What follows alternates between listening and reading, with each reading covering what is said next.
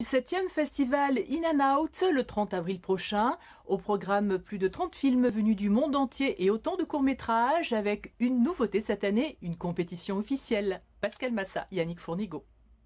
C'est peut-être encore un jeune festival et pourtant, seulement 7 ans, In and Out a réussi à s'imposer comme l'un des rendez-vous phares du cinéma gay et lesbien en France. Pour cette édition 2015, plus de films, plus d'invités et une nouveauté, les Esperluettes. Cette année, c'est qu'on a un jury et on est très content en fait de pouvoir accueillir un jury de professionnels, 4 personnes qui vont venir remettre des Esperluettes. L'esperluette, c'est le petit et entre le et le in et le out.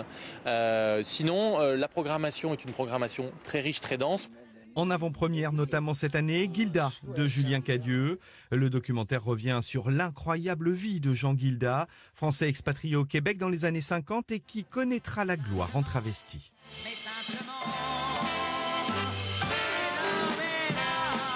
Autre hommage, celui rendu par l'américaine Nancy Cates à Susan Sontag, l'une des intellectuelles les plus provocantes du XXe siècle.